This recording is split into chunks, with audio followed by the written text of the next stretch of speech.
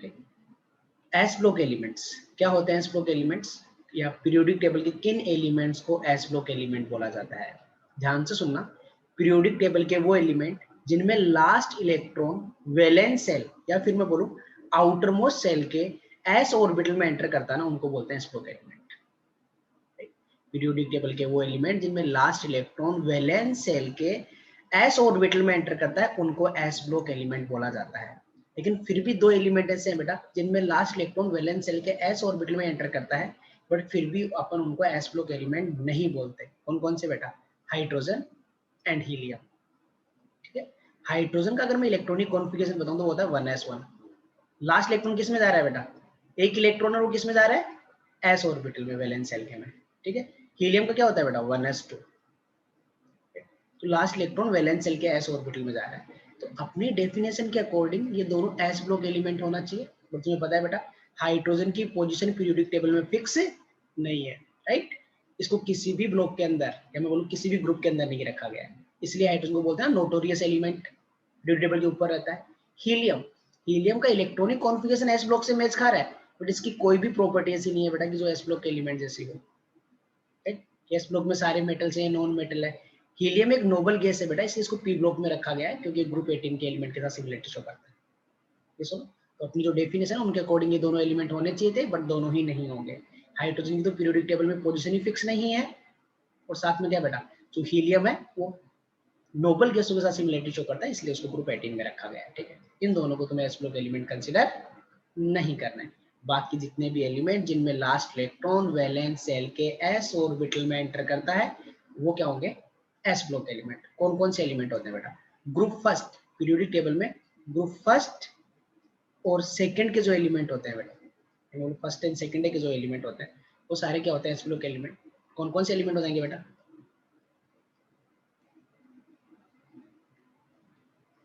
ये group first के element, second group के एलिमेंट कौन से हो जाएंगे? ये वाले तुम्हारे पास। ठीक है, तो पीरियोडिक टेबल में तुम्हारे पास जो ग्रुप 1 एंड ग्रुप 2 के जो एलिमेंट होते हैं उनको अपन क्या बोलते हैं बेटा? S block elements. ग्रुप 1 और ग्रुप 2 के जो एलिमेंट होते हैं उनको अपन बोलेंगे बेटा क्या बेटा? तुम्हारे पास S block elements. S block elements ध्यान से सुनना बेटा, group first and group second के जो एलिमेंट है उनको अपन बोलेंगे एस ब्लॉक एलिमेंट, क्योंकि बेटा इन सब में लास्ट इलेक्ट्रॉन किस में एंटर कर रहा है? इन सब में लास्ट इलेक्ट्रॉन वैलेंस सेल के एस ऑर्बिटल में एंटर कर रहा है। तो इसका इलेक्ट्रॉनिक कॉन्फ़िगरेशन लिखोगे, बताओ क्या होता है बेटा? 1s2 2s1, right? इसका क्या हो जाएगा बेटा? 3s1। इसका क्या होगा? Valence electronic configuration 4s1 5s1 6s1 and 7s1। देख रहे हो बेटा, last electron outermost shell के एस ऑर्बिटल में एंटर कर रहा है। अगर एल्कली मेटल्स, ये जो फर्स्ट ग्रुप के एलिमेंट्स है ना बेटा, इनको एल्कली मेटल्स बोलते हैं। क्यों बोलते हैं अभी अपन देखेंगे। इनका जनरल इलेक्ट्रॉनिक कॉन्फ़िगरेशन क्या हो जाएगा बेटा? ns1। General electronic configuration of valence shell ns1। ये जो ग्रुप 2 के मेटल्स है बेटा, बेरिलियम का इलेक्ट्रॉनिक कॉन्फ़िगरेशन होता है 1s2 2s2। तो वैलेंस सेल का इलेक्ट्रॉनिक कॉन्फ़िगरेशन कितना है बेटा? 2s2। जैसे जैसे टॉप टू बॉटम जाएंगे बेटा, सिर्फ क्या चेंज होगा बेटा? वैलेंस सेल नंबर चेंज होगा, बाकी सब क्या रहेगा? सेम। तो कितना हो जाएगा इसका? 3s2 4s2 5s2 6s2 7s2, right? तो जो ग्रुप सेकंड के एलिमेंट है उनका जनरल इलेक्ट्रॉनिक कॉन्फ़िगरेशन क्या हो जाएगा बेटा? ns2। तो एस ब्लॉक एलिमेंट का, अगर एस ब्लॉक एलिमेंट का मैं जनरल इलेक्ट्रॉनिक कॉन्फ़िगरेशन लिख दूं क्या हो जाएगा बेटा? ns122। एल्कली मेटल का क्या होता है बेटा? ns1। इनका कितना होता है? ns2। तो एस ब्लॉक एलिमेंट्स का कंबाइनली मैं बोलूं कि general valence shell electronic configuration क्या होगा बेटा? ns1 और 2, राइट? यस और नो? ठीक है, अब देख रहे हो बेटा इन सब एलिमेंट्स में लास्ट इलेक्ट्रॉन जो है वो एस ऑर्बिटल में एंटर कर रहा है, तो सारे क्या है बेटा? S block elements. ओके, इतना क्लियर है सबको? नाउ एक बहुत इंपॉर्टेंट पॉइंट बेटा, जो फर्स्ट ग्रुप के एलिमेंट्स है ना, lithium sodium potassium rubidium francium and caesium, जो फर्स्ट ग्रुप के एलिमेंट्स हैं उनको बोला जाता है एल्कली मेटल्स, राइट? तो फर्स्ट ग्रुप के एलिमेंट्स इनको अपन क्या बोलते हैं बेटा? Alkali metals. और एल्कली मेटल्स क्यों बोलते हैं वो अपने को समझना है। फर्स्ट ग्रुप के एलिमेंट्स को एल्कली मेटल्स बोला जाता है। वाई? क्योंकि बेटा जब इन एल्कली मेटल्स को, मतलब इन फर्स्ट ग्रुप के जो एलिमेंट्स हैं उनको तुम वाटर में डिसोल्व करते हो तो ये हाइड्रोक्साइड फॉर्म करते हैं। ओके, जो हाईली एल्कालाइन नेचर, मतलब हाईली बेसिक नेचर के होते हैं। एल्कली का मतलब, एल्कली वर्ड का मतलब क्या है बेटा? Basic in nature. एल्कली का मतलब क्या है? बेसिक। ठीक है, तो ध्यान से सुनना, इन मेटल्स को, जो फर्स्ट ग्रुप के मेटल्स हैं, इनको अगर तुम वाटर के अंदर ऐड करते हो, वाटर के अंदर डिसोल्व करते हो, तो ये हाइड्रोक्साइड फॉर्म करती हैं, जो कि हाईली एल्कालाइन नेचर का होता है। इसलिए इन मेटल को एल्कली मेटल्स बोला जाता है। ये सुनो, जैसे तुम सोडियम को अगर पानी में डालोगे बेटा, अगर तुम सोडियम को वाटर के अंदर ऐड करोगे तो पता है बेटा क्या बनाएगा? ये हाइड्रोक्साइड बनाएगा, प्लस कौन सी गैस देगा बेटा? H2 gas. ये वाली तुमने एक, अपन ने method of preparation of hydrogen में भी तो देखा था ना बेटा। ये सुनो, रिएक्टिव मेटल्स को वाटर में ऐड करते हैं तो क्या बनाते हैं? Hydroxide plus H2 gas. तो जितने भी एल्कली मेटल्स है सारे रिएक्टिव है, इनको वाटर में ऐड करोगे तो क्या बनाएंगे बेटा? ये हाइड्रोक्साइड प्लस H2 गैस। देखो बेटा, NaOH स्ट्रॉन्ग बेस है, तो जो इस मेटल को अगर तुम पानी में डिसोल्व कर रहे हो तो कैसा सॉल्यूशन बन रहा है बेटा? हाईली बेसिक, मतलब हाईली एल्कली। इसलिए इन मेटल को बोला जाता है एल्कली मेटल्स। क्लियर है सबको कि ग्रुप फर्स्ट के जो एलिमेंट्स है उनको एल्कली मेटल क्यों बोला जाता है? वाटर में डिसोल्व करने पे वो हाइड्रोक्साइड फॉर्म करती हैं, जो highly alkali in nature, highly basic in nature होते हैं, इसलिए इनको बोला जाता है बेटा एल्कली मेटल्स। ठीक है, अगर मैं इन सब की बात करूं बेटा, तो ग्रुप सेकंड के एलिमेंट्स है, इनको क्या बोला जाता है पता है बेटा? Alkaline earth metals. Group second को जो एलिमेंट्स है बेटा, जो ग्रुप सेकंड के एलिमेंट है उनको एल्कालाइन अर्थ मेटल बोला जाता है। इनके नाम में दो, इसके बेटा, इसका जो कंप्लीट नेम उसमें दो वर्ड है, alkaline and earth. Alkaline metals क्यों बोला जाता है बेटा? बेटा इन मेटल्स को भी जब तुम, इन मेटल्स को भी जब तुम वाटर के अंदर ऐड करते हो, वाटर में डिसोल्व करते हो, तो ये भी हाइड्रोक्साइड फॉर्म करती है, जो हाईली बेसिक नेचर के होते हैं, हाईली एल्कालाइन नेचर के होते हैं, इसलिए इसके नाम में आया बेटा एल्कालाइन। अर्थ वर्ड क्यों आया इनके नाम के बीच में? राइट बेटा, इन मेटल के ऑक्साइड बहुत अबंडेंट होते हैं इन अर्थ कस्ट। इन मेटल के ऑक्साइड अर्थ कस्ट में वेरी अबंडेंट होते हैं। ओके, तो इन मेटल के ऑक्साइड अर्थ कस्ट में बहुत ज्यादा अबंडेंट होते हैं, तो बेटा इसको, इनके नाम में क्या आ गया बेटा? Earth metals. ये सुनो, एल्कालाइन अर्थ मेटल का मतलब समझ में आया बेटा? एल्कालाइन क्यों बोलते हैं, नाम के अंदर क्यों आया कि इन मेटल को वाटर में ऐड करने पे हाइड्रोक्साइड फॉर्म करते हैं, जो highly basic nature, highly alkaline nature के होते हैं, नाम में आया बेटा एल्कालाइन। इन मेटल के ऑक्साइड अर्थ कस्ट में अबंडेंट होता है। अर्थ कस्ट का मतलब क्या होता है? अर्थ का जो ऊपर वाला थिन रॉकी लेयर होता है ना बेटा, ऊपर वाला लेयर, अर्थ की सरफेस का जो ऊपर वाला लेयर है उसको अपन क्या बोलते हैं बेटा? अर्थ कस्ट। तो अर्थ कस्ट में इन मेटल के ऑक्साइड अबंडेंट होते हैं, इसलिए इनके नाम में आया बेटा अर्थ। ये सुनो, पानी में डालोगे, जैसे मैग्नीशियम को तुम वाटर के अंदर ऐड करोगे बेटा, तो क्या बनाएगा? हाइड्रोक्साइड बनाएगा क्या? मैग्नीशियम हाइड्रोक्साइड प्लस कौन सी गैस देगा बेटा? H2 gas. तो वो हाइड्रोक्साइड बना रहा है जो हाईली एल्कालाइन नेचर का है, हाईली बेसिक नेचर का है। ओके, और magnesium oxide, right, calcium oxide, ये सब अर्थ कस्ट में बहुत अबंडेंट होते हैं, इन इसके लिए इनके नाम में है बेटा एल्कालाइन अर्थ मेटल। इन सब मेटल को क्या बोला जाता है बेटा? Alkaline earth metal. क्यों बोला जाता है वो समझ में आया, लेकिन ध्यान से सुनना बेटा, इनमें से जो बेरिलियम है ना, ये एस ब्लॉक एलिमेंट तो है, सेकंड ग्रुप का एलिमेंट है, एस ब्लॉक एलिमेंट है, बट बेरिलियम को ना बेटा एल्कालाइन अर्थ मेटल नहीं बोला जाता। राइट, बेरिलियम को एल्कालाइन अर्थ मेटल नहीं बोलते। बेटा एल्कालाइन अर्थ मेटल बोलने का लॉजिक क्या दिया था, रेफरेंस क्या उस डेफिनेशन का, कि इनको वाटर में डिसोल्व करते हैं तो वो हाइड्रोक्साइड बनाते हैं जो हाईली एल्कालाइन नेचर के होते हैं। बेटा बेरिलियम का जो हाइड्रोक्साइड बनेगा वो एल्कालाइन नेचर का नहीं होगा, कैसा होगा बेटा? एम्फोटेरिक। राइट, एम्फोटेरिक जो एलिमेंट्स होते हैं जैसे बेरिलियम, एल्यूमिनियम, SnPb, इनके ऑक्साइड, इनके हाइड्रोक्साइड कैसे नेचर के होते हैं बेटा? एम्फोटेरिक नेचर के। तो जब इसको वाटर में डिसोल्व करते हैं और ये बनाता है ना बेरिलियम हाइड्रोक्साइड, तो बेटा ये एल्कालाइन नेचर का नहीं होता, ये कैसा होता है? एम्फोटेरिक नेचर का होता है। इसलिए जो बेरिलियम है वो एल्कालाइन अर्थ मेटल कंसीडर नहीं करना है। ये सुन, ओके, अगर इन पूरे एस ब्लॉक के अंदर मैं बात करूं तो इस पूरे एस ब्लॉक के अंदर बेटा दो एलिमेंट ऐसे होते हैं जो कि क्या है बेटा? राइट, दो एलिमेंट कैसे होते हैं बेटा? Radio active. ये ऐसा लिखा है बेटा, सीएसजी में ऊपर आता है, फ्रांसियम सबसे लास्ट में होता है। राइट, तो बेटा ध्यान से देखना, अगर इन सब एल्कली मेटल्स और एल्कालाइन अर्थ मेटल में बात करूं तो जो एल्कालाइन अर्थ मेटल का जो सबसे हेवियर एलिमेंट है, जिसका मास सबसे ज्यादा है बेटा, टॉप टू बॉटम जाने पे क्या होता है? मास इंक्रीज होगा ना बेटा। तो जो रेडियम है बेटा वो कैसा होता है? Radio active. और एल्कली मेटल में बेटा जो फ्रांसियम है वो भी कैसा होता है, रेडियो एक्टिव। ठीक है, ये सुनो, रेडियम, ये तुम्हारे पास रेडियम भी रेडियो एक्टिव होता है और फ्रांसियम भी तुम्हारे पास क्या होता है बेटा, रेडियो एक्टिव होता है। अगर मैं एल्कली मेटल्स में तुम्हें बताऊं बेटा, तो जो फ्रांसियम होता है ना, इसका हाफ लाइफ काफी कम होता है, 21 मिनट्स। कौन से आइसोटोप्स का, इसका एफ आर, जिसका मास 223 वाला आइसोटोप लोगे वो सबसे स्टेबल होता है, जिसका हाफ लाइफ भी कितना होता है बेटा, मैक्सिमम 21 मिनट्स। ये सुनो, तो एल्कली मेटल में रेडियो एक्टिव कौन होता है, last element francium. Alkaline earth metal में रेडियो एक्टिव कौन होता है बेटा, radium, the last element of the group. Yes और नो। तो एल्कली मेटल क्यों बोलते हैं, एल्कालाइन अर्थ मेटल क्यों बोला जाता है, बेरिलियम है वो एस ब्लॉक एलिमेंट तो है, बट उसको एल्कालाइन अर्थ मेटल नहीं बोला जाता है। फ्रांसियम एंड रेडियम दोनों रेडियो एक्टिव होंगे। सबसे स्टेबल कौन सा आइसोटोप होगा उसका, 223 वाला, जिसका हाफ लाइफ कितना होता है, 21 मिनट।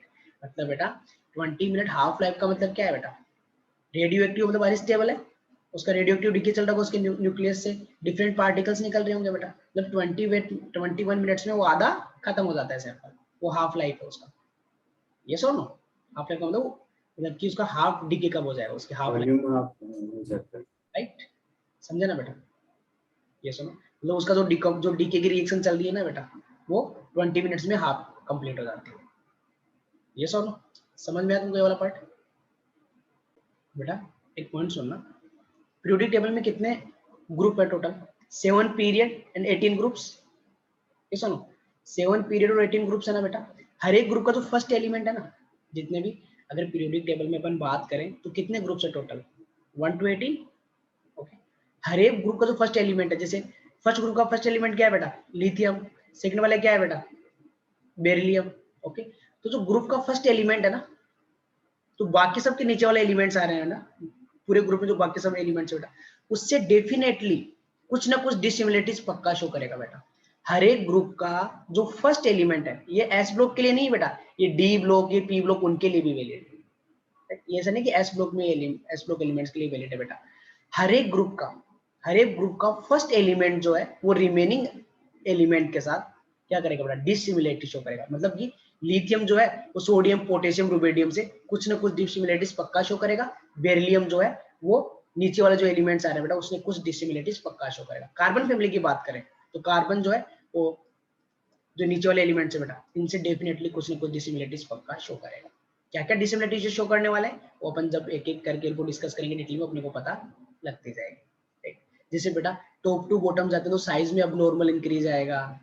ये सॉन्ग राइट। देखो इसे कार्बन फैमिली की अगर मैं बात करूं तो कार्बन की मैक्सिमम वैलेंसी कितनी हो सकती है बेटा, 4। इसके पास 3D ऑर्बिटल होता है, इसके पास नहीं होता है। तो ये सब बहुत सारे फैक्टर्स हैं जो इन एलिमेंट्स की प्रॉपर्टीज को अफेक्ट करते हैं। तो तुम्हें एक जनरल स्टेटमेंट याद रखना है कि जो ग्रुप 1 से लेके 18 तक ग्रुप है पीरियोडिक टेबल में, राइट, जितने भी पीरियोडिक टेबल में ग्रुप है उनका जो फर्स्ट एलिमेंट होता है वो अदर ग्रुप एलिमेंट के साथ कुछ ना कुछ डिसिमिलरिटीज पक्का शो करेगा बेटा। ये सुन, इंपॉर्टेंट पॉइंट है कि हर एक ग्रुप का first element remaining group element के साथ डिसिमिलरिटी शो करता है। आया ना। अगर मैं एल्कली मेटल्स की अगर बेटा अपन प्रॉपर्टी डिस्कस करें, एल्कली मेटल्स की अगर अपन प्रॉपर्टी डिस्कस करें ना बेटा, तो एल्कली मेटल जो होती है वो सॉफ्ट मेटल होती है। कैसी मेटल होती है बेटा, सॉफ्ट मेटल होती है। ओके, इनकी डेंसिटी भी काफी कम होती है बेटा। जो लिथियम होता है उसका डेंसिटी अगर मैं तुम्हें बताऊं बेटा, वाटर का हाफ होता है, राइट। लिथियम का जो डेंसिटी है ना बेटा, वो वाटर का हाफ डेंसिटी होता है। काफी सॉफ्ट होती है, मेलिएबल होती है, डक्टाइल होती हैं, हाईली रिएक्टिव मेटल्स होती है। ओके, तो सबसे पहले अपन ना बेटा इनकी फिजिकल प्रॉपर्टीज की बात करते हैं। तो अगर मैं तुमसे पूछूं कि बेटा जो एल्कली मेटल्स हैं, जो एल्कली मेटल है उनके अगर अपन रेडियस की बात करें, एल्कली मेटल्स की अगर अपन रेडियस की बात करें तो क्या होगा। तो पीरियोडिक टेबल में अपन लेफ्ट टू राइट जाते हैं ना, पीरियोडिक टेबल में अपन लेफ्ट टू राइट मूव करते हैं, तो due to the increase of effective nuclear charge atomic radius क्या करता है बेटा, डिक्रीज करता है, राइट। तो पता है बेटा एल्कली मेटल्स पीरियोडिक टेबल में सबसे लेफ्ट होती हैं, यस और नो, राइट। सबसे लेफ्ट में होते हैं ना पीरियोडिक टेबल के एल्कली मेटल्स। तुम लेफ्ट टू राइट जाते हो बेटा, लास्ट में तुम्हारे पास कौन सा था, ग्रुप 18 नोबल गैसेस, और उसमें पहले हेलोजेंस ऐसे। तो बेटा पीरियोडिक टेबल में लेफ्ट टू राइट जाने पे साइज क्या होता है, डिक्रीज होता है, वो ये सबसे लेफ्ट में होता है। मतलब एक रेस्पेक्टिव पीरियड में एल्कली मेटल का साइज सबसे लार्ज होता है, ये सुनो। अगर इस पीरियड की बात करोगे तुम, सेकंड पीरियड की बात करोगे तो लार्जेस्ट एलिमेंट क्या होगा बेटा? लिथियम। थर्ड पीरियड में सोडियम, फोर्थ में पोटेशियम। ऐसे एक रेस्पेक्टिव पीरियड में एल्कली मेटल का साइज लार्जेस्ट होता है। क्लियर है? क्योंकि पीरियोडिक टेबल में लेफ्ट टू राइट मूव करेंगे तो साइज डिक्रीज करता है। ये सबसे लेफ्ट में, मतलब सबसे लार्जेस्ट नहीं। ओके, ये तो हो गया। पीरियड की बात करेंगे तो अपन एक रेस्पेक्टिव पीरियड में एल्कली मेटल का साइज लार्जेस्ट होता है। अभी बात करते हैं बेटा कि जो एल्कली मेटल्स है उनमें अगर टॉप टू बॉटम में मूव करूँ तो रेडियस का क्या होगा बेटा? टॉप टू बॉटम जाने पे रेडियस का क्या होगा? इंक्रीज होगा कि डिक्रीज होगा बेटा? ये सुनो, टॉप टू बॉटम जाने पे तुम्हें पता है एटॉमिक रेडियस क्या करेगा बेटा? इंक्रीज करेगा ना। सबसे लार्जेस्ट सीजियम, रुबेडियम, ये सब। ये सुनो, है ना? तो टॉप टू बॉटम जाने पे तुम्हारे पास साइज है वो इंक्रीज होगा। क्यों इंक्रीज होगा बेटा? अरे वो इलेक्ट्रॉन, जब वो तुम्हारे पास साइज ऑफ वैलेंस शेल क्या करता जा रहा है बेटा? इंक्रीज करता जा रहा है ना। इसका वैलेंस शेल कौन सा है? 2s, इसका क्या है? 3s, इसका 4s, 5s, 6s। ये सुनो, तो बेटा टॉप टू बॉटम जाने पे जो एटॉमिक रेडियस है एल्कली मेटल्स का वो इंक्रीज हो जाएगा, क्योंकि साइज ऑफ वैलेंस शेल बढ़ रहा है, या फिर तुम ये भी बोल सकते हो नंबर ऑफ ऑर्बिटल्स इंक्रीज हो रहे हैं टॉप टू बॉटम जाने पे, है ना? यस और नो? टॉप टू बॉटम जाने पे नंबर ऑफ ऑर्बिटल्स इंक्रीज होते जा रहे हैं या फिर size of valence shell increase होता जा रहा है, ये अपन ने देखा था, है ना? ओके, तो टॉप टू बॉटम जाने पे एल्कली मेटल का साइज है वो क्या करेगा बेटा? इंक्रीज करेगा। तो बोलोगे सर फ्रांसियम क्यों नहीं लेते? फ्रांसियम रेडियो एक्टिव है ना बेटा, अनस्टेबल एलिमेंट है, तो उसको अपन नहीं लेंगे। जब भी अपन प्रॉपर्टीज को कंपेयर करेंगे रेडियो एक्टिव को नहीं लेते हैं। जब भी अपन फिजिकल प्रॉपर्टीज वगैरह कंपेयर करेंगे तो रेडियो एक्टिव एलिमेंट अपन उसको छोड़ सकता है। ठीक है, अभी बेटा अगर मैं इनके आयनाइज फॉर्म, इनके आयंस की रेडियस पूछूं Na+, तो इन आयंस की रेडियस का ऑर्डर क्या आएगा बेटा? सेम ऑर्डर रहेगा। ये सुनो, अरे आयनिक रेडियस का ऑर्डर भी क्या आएगा बेटा? सेम ही आएगा ना, लिथियम प्लस और सीजियम प्लस में। अरे लिथियम से सीजियम तो पहले ही बड़ा था, दोनों भी तुमने प्लस चाल करे, मतलब दोनों को तुमने थोड़ा स्मॉल कर दिया है, बट ओवरऑल सीजियम ही बड़ा रहेगा, राइट? तो आयनिक रेडियस का ऑर्डर भी क्या आएगा बेटा? ये वाला ही ऑर्डर आएगा, है ना? लेकिन अगर मैं तुम्हें कंपेयर करो सीजियम और सीजियम प्लस में, बताओ बेटा किसका रेडियस ज्यादा है? तो किसका आएगा बेटा? सीजियम का, कि cation is always smaller than corresponding atom, right? Cation जो होता है उसकी जो रेडियस है बेटा वो करस्पॉन्डिंग एटम से हमेशा क्या होगी? स्मॉल होगी। यस और नो? तो साइज इनका एटॉमिक रेडियस तुम कंपेयर कर सकते हो बेटा, है? अरे एक पीरियड में बात करें तो क्या होती है? लार्जेस्ट होती है एल्कली मेटल्स, क्योंकि सबसे लेफ्ट में रहती है पीरियोडिक टेबल के। ओके, टॉप टू बॉटम जाने पे, टॉप टू बॉटम जाने पे क्या करेगा बेटा? इनका एटॉमिक रेडियस क्या करेगा बेटा?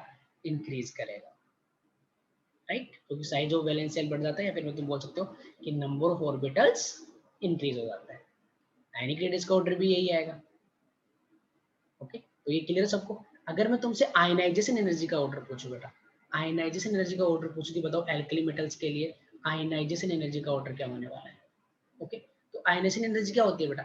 एक मेटल एटम के वैलेंस शेल से इलेक्ट्रॉन निकालने के लिए कितनी एनर्जी देनी पड़ेगी उसको अपन बोलेंगे आयनाइजेशन एनर्जी। ये सुनो, पीरियोडिक प्रॉपर्टीज में देखा है ना अपन ने बेटा, एक आइसोलेटेड गैसीय एटम से 1 मोल इलेक्ट्रॉन निकालने के लिए जितनी एनर्जी अपने को देनी पड़ती है उसको बोलते हैं अपन आयनाइजेशन एनर्जी। ये सुनो, इलेक्ट्रॉन कहाँ से रिमूव होगा बेटा? वैलेंस शेल से। अगर मैं लिथियम की बात करूँ बेटा, ठीक, तो लिथियम के वैलेंस शेल में भी एक इलेक्ट्रॉन है, लिथियम का साइज क्या होगा बेटा? स्मॉल।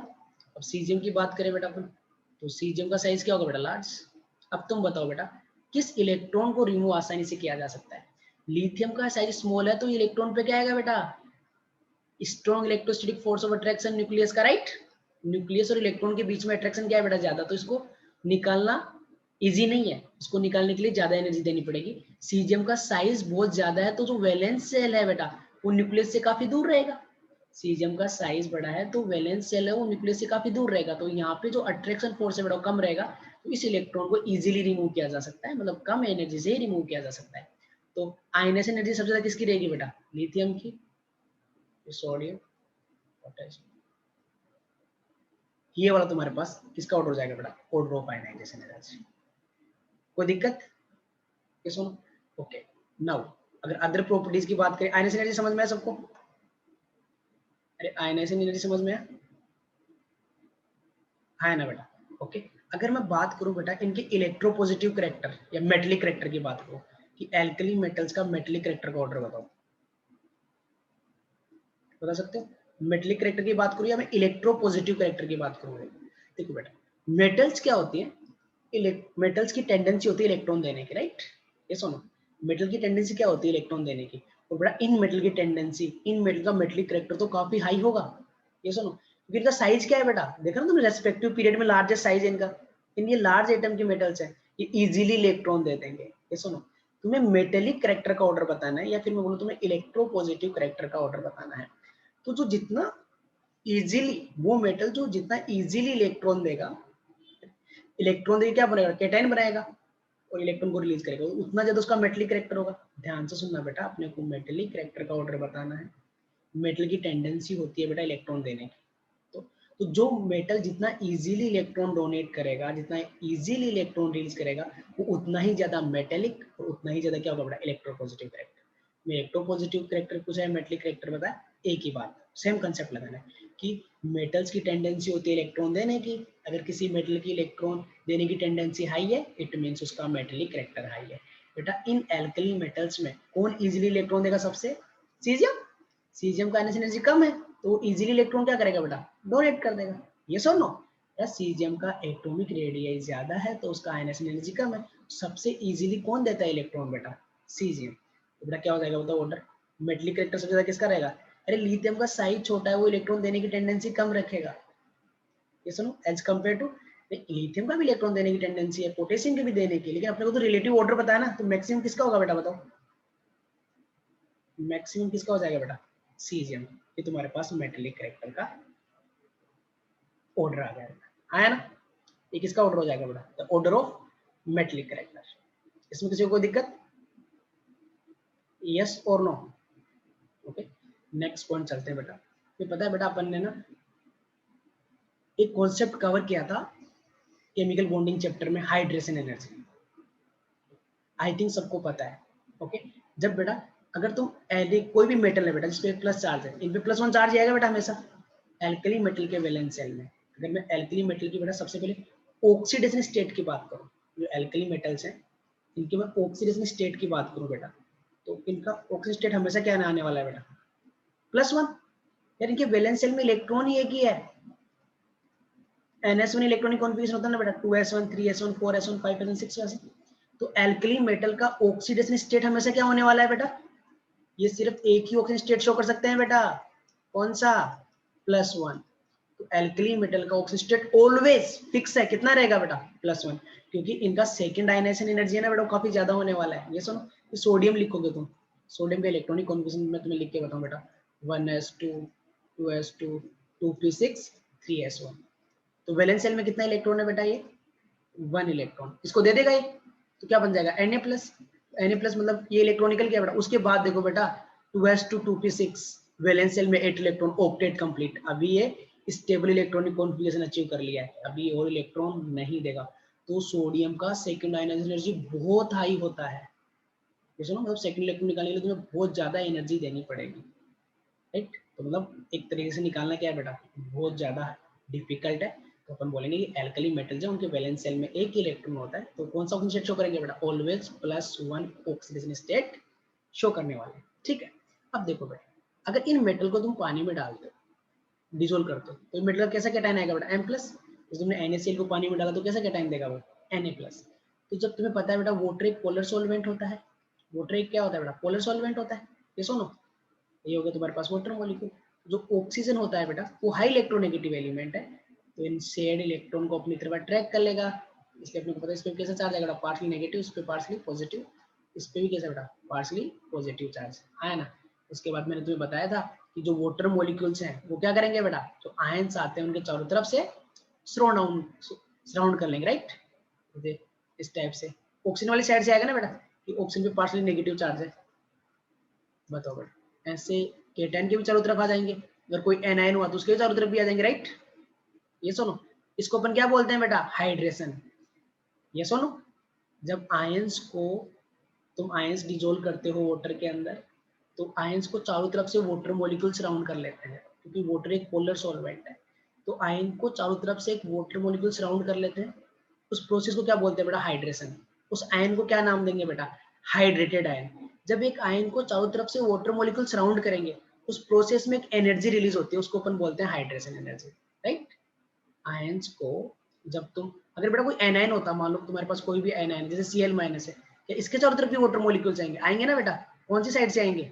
हाइड्रोजन वाली साइड से, क्योंकि हाइड्रोजन पे पॉजिटिव चार्ज है। तो सुनो, तो बेटा वाटर के अंदर अपन चाहे केटाइन को ऐड करें चाहे एनाइन को ऐड करें, चारों तरफ से क्या करेंगे बेटा? वाटर मॉलिक्यूल उनको सराउंड करेंगे, राइट। अब उनको इस प्रोसेस को बोलते हैं हाइड्रेशन। उन आयंस को क्या नाम देंगे बेटा? Hydrated ion. ओके, इस प्रोसेस में जो एनर्जी रिलीज होती है उसको अपन क्या बोलते हैं बेटा? Hydration energy. यस और नो? यस और नो? ओके। और बेटा अपन ने सीखा था कि हाइड्रेशन एनर्जी जो होती है, hydration energy is directly proportional to the charge on the ion. Ion पे जितना ज्यादा चार्ज रहेगा उसके डायरेक्टली प्रोपोर्शनल होती है। इनवर्सली प्रोपोर्शनल किसके होती है बेटा? साइज के। यस और no? Right. Hydration energy charge के डायरेक्टली प्रोपोर्शनल होगी और साइज के क्या रहेगी बेटा? इनवर्सली प्रोपोर्शनल रहेगी। जितना ज्यादा चार्ज होगा हाइड्रेशन एनर्जी उतनी ही क्या होगी बेटा? ज्यादा होगी। जैसे मैं तुम्हें बताऊं, Na plus Mg plus 2 aluminium plus 3। Okay, तो मैं तुमसे पूछूं बेटा हाइड्रेशन एनर्जी का ऑर्डर बताओ कि इनकी हाइड्रेशन एनर्जी का ऑर्डर क्या होगा? तुम क्या बताओगे? अरे चार्ज ज्यादा, हाइड्रेशन एनर्जी ज्यादा। अभी हाइड्रेशन एनर्जी ज्यादा है, इसका मतलब पता है बेटा क्या है? हाइड्रेशन प्रोसेस क्या था? जब एक आयन के चारों तरफ वाटर मॉलिक्यूल्स आते हैं, उस प्रोसेस को बोलते हैं हाइड्रेशन। उस प्रोसेस में जो एनर्जी रिलीज होती है उसको बोलते हैं अपना हाइड्रेशन एनर्जी। उस आयन को वो वाटर मॉलिक्यूल क्या कर रहे हैं बेटा? चारों तरफ से सराउंड करके उसको स्टेबिलिटी प्रोवाइड करवा रहा है। अगर इस पे चार्ज ज्यादा, इसका मतलब पता है बेटा? इसके चारों तरफ जो वाटर मॉलिक्यूल्स आएंगे ना बेटा, वो ज्यादा रहेंगे, तो इसका वाटर मॉलिक्यूल क्लाउड क्या बनेगा बेटा? इसके ऊपर ज्यादा बनेगा। मैग्नीशियम प्लस 2 पे क्या बनेगा बेटा? इसके चारों तरफ कम वाटर मॉलिक्यूल्स आएंगे। सोडियम के चारों तरफ और भी कम वाटर मॉलिक्यूल्स आएंगे, राइट। ये सुनो, ये जो मैंने सर्कल बनाई है क्या है बेटा? इसके चारों तरफ जो वाटर मॉलिक्यूल है ना उनका क्लाउड है। ये सुनो, तो ये पता है बेटा एक आयन के चारों तरफ जब वाटर मॉलिक्यूल्स आते हैं जो क्लाउड बनता है उसकी रेडियस को क्या बोलते हैं अपन बेटा? Hydration radius. ये सुनो, यस और नो? बेटा देखिए, तुमने कोई भी एक आयन डाला है जैसे Mg प्लस 2 डाला, इसके चारों तरफ वाटर मॉलिक्यूल्स आएंगे ऐसे ऑक्सीजन वाली साइड से, आया ना? ये सुन, ये बेटा मैं ऑलरेडी बहुत डिटेल में अपन ने एक्सप्लेन करके देखा हुआ है, राइट। ये तो अपन रिवाइज कर रहे हैं एक तरीके से, ये वाला पार्ट। ओके, तो आयंस, वो आयन के चारों तरफ वाटर मॉलिक्यूल्स आएंगे। इन वाटर मॉलिक्यूल का जो क्लाउड बना है इसकी जो रेडियस होती है उसको अपन क्या बोलते हैं बेटा? Hydration radius. ठीक है, एक बात बताओ बेटा, अगर किसी आयन के लिए हाइड्रेशन एनर्जी ज्यादा है, मतलब उसने ज्यादा वाटर मॉलिक्यूल अट्रैक्ट किया अपनी तरफ, ज्यादा बड़ा क्राउड वो क्लाउड बनाया, राइट। ये सुनो, अरे किसी आयन की हाइड्रेशन एनर्जी ज्यादा कब ज्यादा होगी? जब उस पर चार्ज ज्यादा होगा, उसका साइज कम होगा। तो इस पे एल्यूमिनियम पे चार्ज ज्यादा, मतलब कि ज्यादा वाटर मॉलिक्यूल्स को अपनी तरफ अट्रैक्ट करके एक बड़ा क्लाउड बनाएगा। उस क्लाउड की रेडियस को अपन क्या बोलेंगे बेटा? Hydration radius. ठीक है, तो बेटा अगर मैं तुमको इसके लिए हाइड्रेशन रेडियस का ऑर्डर पूछूं तो क्या हो जाएगा बेटा? तो अपन बोल सकते हैं ना बेटा कि हाइड्रेशन एनर्जी अगर ज्यादा है, मतलब वो ज्यादा वाटर मॉलिक्यूल्स को अट्रैक्ट कर रहा है, ज्यादा बड़ा क्लाउड बना रहा है, तो उसकी हाइड्रेशन रेडियस भी क्या होगी बेटा? ज्यादा। तो अपन बोल सकते हैं कि hydration energy is directly proportional to the hydration radius. तो उसका ऑर्डर भी क्या आएगा बेटा? ये वाला ही आएगा। ये सुनो, हाँ है ना? अरे हाइड्रेशन एनर्जी ज्यादा है तो हाइड्रेशन रेडियस भी ज्यादा होगी। ओके, नाउ अगर मैं तुम्हें बोलूं बेटा आयंस की मोबिलिटी, आयंस की मोबिलिटी पर क्या होगा? तो बेटा एक बात बताओ, अगर किसी की हाइड्रेशन एनर्जी ज्यादा है तो उस पर क्या होगा? चारों तरफ वाटर मॉलिक्यूल का क्लाउड बन गया है। ये सुनो, वो आयन क्या हो गया है बेटा? बड़ा क्लाउड बना है। क्या वो क्या फ्रीली मूव कर पाएगा बेटा? क्या वो मूव कर पाएगा क्या? नहीं। अरे बेटा मैंने सिखाया था ना कि मोटा तेज नहीं दौड़ेगा, वो कम मोबाइल लिक्विड होगा, राइट। यस, कम मोबाइल करेगा ना वो आयन। जैसे बेटा ये तीनों आयन तुमने पानी में डाले, तो इसके चारों तरफ वाटर मॉलिक्यूल क्लाउड क्या है? छोटा है। इस पे थोड़ा बड़ा है, इस पे तो बहुत बड़ा है। तो अब ये आयन एक्वस सॉल्यूशन में इजीली मूव नहीं कर पाएगा। फास्ट कौन दौड़ेगा बेटा? ये। तो आयनिक मोबिलिटी जो एक्वस सॉल्यूशन के अंदर, एक्वस सॉल्यूशन के अंदर जो आयनिक मोबिलिटी है आयन की, वो किसके इनवर्सली प्रोपोर्शनल रहेगी बेटा? Hydration energy, right. हाइड्रेशन अगर ज्यादा हो गया तो ज्यादा बड़ा क्लाउड बन जाएगा उस पे वाटर मॉलिक्यूल का, वो इजीली मूव नहीं कर पाएगा। तो अगर मैं इनमें तुम्हें आयनिक मोबिलिटी का ऑर्डर पूछूं बेटा, तो क्या हो जाएगा बेटा? सबसे ज्यादा Na प्लस, ये वाला ऑर्डर आएगा। अगर आयनिक मोबिलिटी ज्यादा इट मींस इलेक्ट्रिकल कंडक्टेंस ज्यादा, तो आयनिक मोबिलिटी ज्यादा मतलब इलेक्ट्रिकल कंडक्टेंस ज्यादा, तो उसका ऑर्डर क्या हो जाएगा बेटा? यही रहेगा।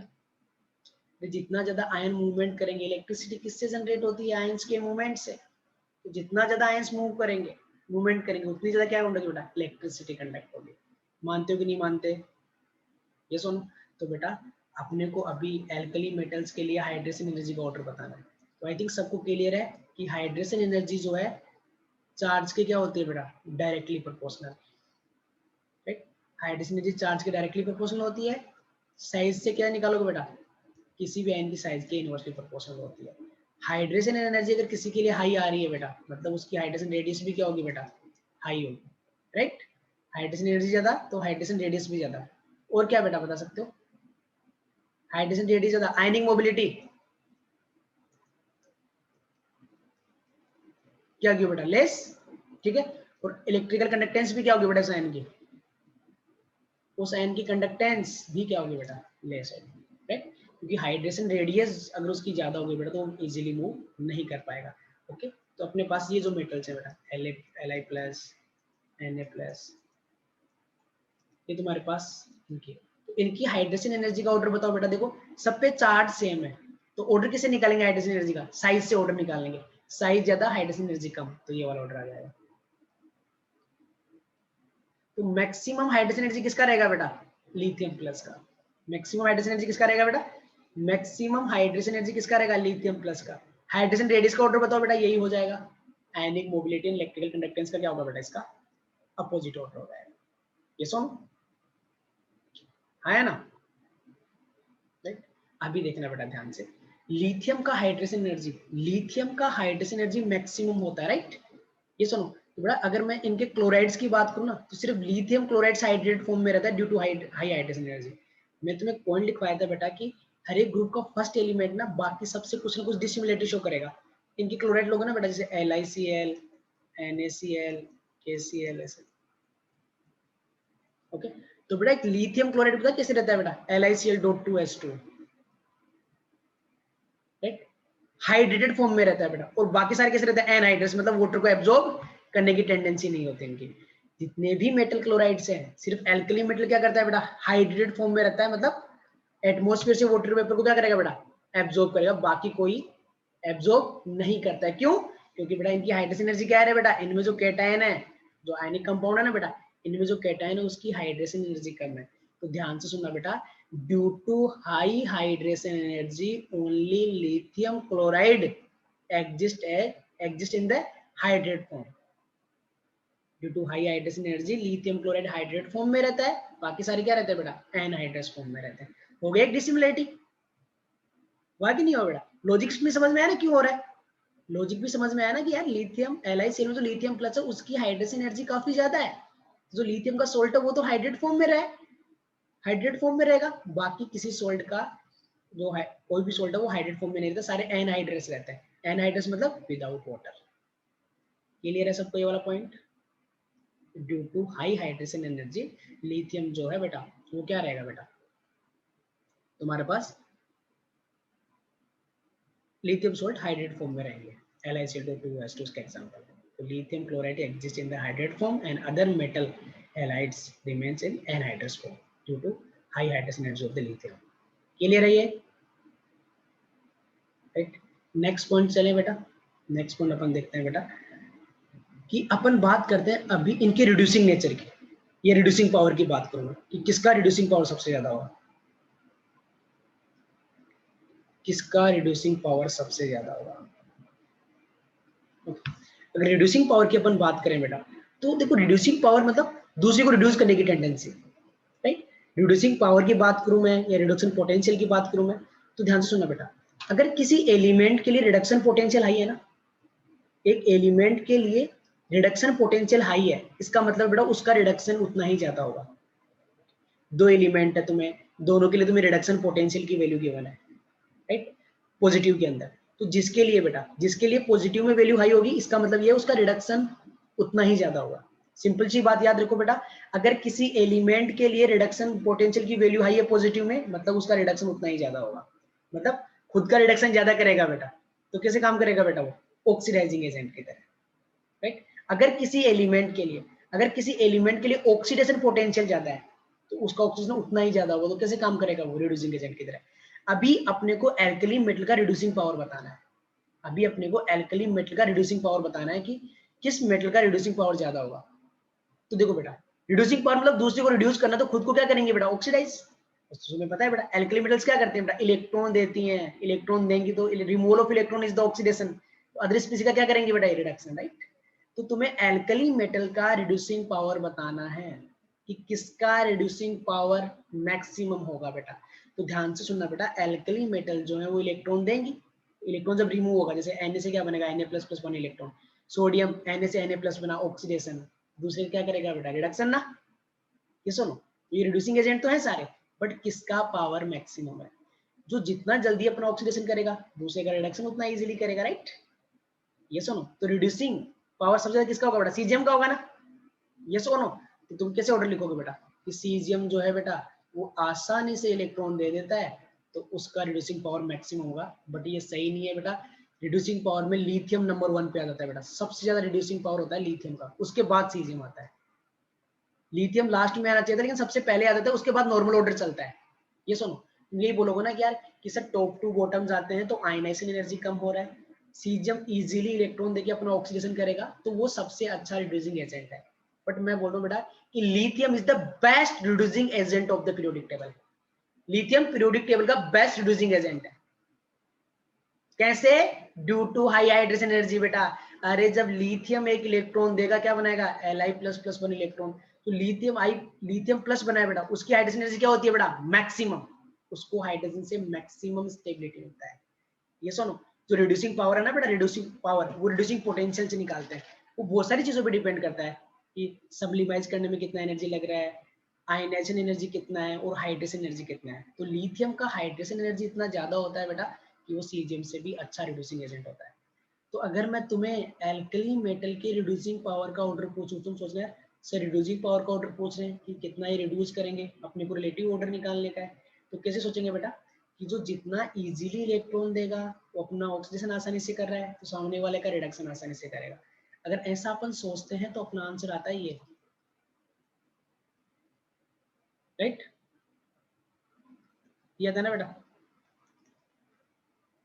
ये ऑर्डर आता है ना, सीजियम इजीली इलेक्ट्रॉन देगा तो इसका जो रिड्यूसिंग पावर वो सबसे ज्यादा है। लेकिन बेटा नंबर 1 पे कौन आ जाता है बेटा, लिथियम लास्ट में आना चाहिए था, लेकिन नंबर 1 पे आ जाता है due to high hydration energy, क्योंकि लिथियम इलेक्ट्रॉन देके जब Li+ बनाएगा बेटा, राइट।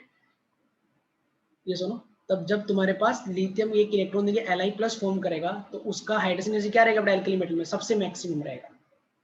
ओके, तो पीरियोडिक टेबल का बेस्ट रिड्यूसिंग एजेंट कौन है, लिथियम। क्यों बता सकता है बेस्ट ऑक्सीडाइजिंग एजेंट कौन है, F- बेस्ट रिड्यूसिंग एजेंट होता है, F फ्लोरीन बेटा। कैसे? फ्लोरीन जो है वो बेस्ट क्या होगा बेटा, ये रिड्यूसिंग एजेंट है, तो अपने को ऑक्सीडाइजिंग एजेंट निकालना है, मतलब वो खुद का रिडक्शन करे, जिसकी इलेक्ट्रॉन आसानी से ले, तो फिर उसका हाइड्रेशन क्या हो बेटा, ज्यादा। तो कौन होता है बेटा, F- due to high hydration energy. तो बेस्ट रिड्यूसिंग एजेंट सीजियम नहीं, कौन होगा, लिथियम। लिथियम के बाद में सीजियम है भाई साहब, बाद में तो नॉर्मल ऑर्डर जो आना चाहिए वो चलेगा। इसमें किसी को दिक्कत है तो बता सकता है। तो देखो बेटा, एल्कली मेटल्स की अपने को डेंसिटी फाइंड आउट करनी है कि इनकी डेंसिटी का क्या ऑर्डर होगा, ठीक है। तो एल्कली मेटल्स होती कैसे बताओ, टॉप टू बॉटम जाने पे हम देखते हैं।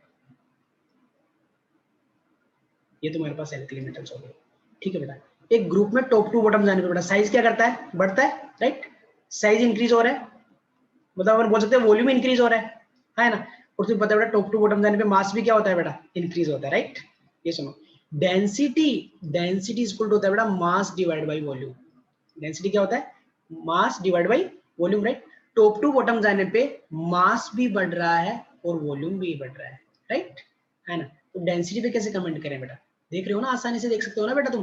टॉप टू बॉटम जाने पे अपने को पता है साइज बढ़ता है, और तुम्हें पता है बेटा इनका मास नंबर भी बढ़ रहा है, तो मतलब इनका मोलिकुलर मास भी बेटा इंक्रीज हो रहा है, ध्यान से सुनो। तो ध्यान से सुनना बेटा, इनका एटॉमिक मास भी बढ़ रहा है, एटॉमिक रेडियस भी बढ़ रहा है, एटॉमिक रेडियस का बढ़ने का मतलब वॉल्यूम भी बढ़ रहा है। तो density equal to the mass divide by volume, top to bottom जाने पे मास भी इंक्रीज होता है और वॉल्यूम भी इंक्रीज होता है। बट बेटा relatively increase in mass is higher than increase in the volume. Top to bottom जाने पे मास और वॉल्यूम दोनों बढ़ते हैं, राइट। टॉप टू बॉटम जाने पे मास और वॉल्यूम दोनों इंक्रीज होते हैं, बट इंक्रीज इन मास क्या होता है बेटा, ज्यादा, राइट। तो उससे क्या फर्क पड़ेगा तुम्हारे पास, डेंसिटी क्या करेगी बेटा, टॉप टू बॉटम जाने पे डेंसिटी क्या हो जाएगी बेटा, इंक्रीज हो जाएगी। ऐसे ये सुनो, तो टॉप टू बॉटम जाने पे एल्कली मेटल का जो डेंसिटी है वो क्या होगा बेटा, इंक्रीज करेगा। कोई दिक्कत, टॉप टू बॉटम जाने पे एल्कली मेटल का डेंसिटी इंक्रीज होगा, क्योंकि मास और वॉल्यूम दोनों बढ़ते हैं, बट इंक्रीज इन मास ज्यादा होता है, डेंसिटी टॉप टू बॉटम बढ़ेगा ना।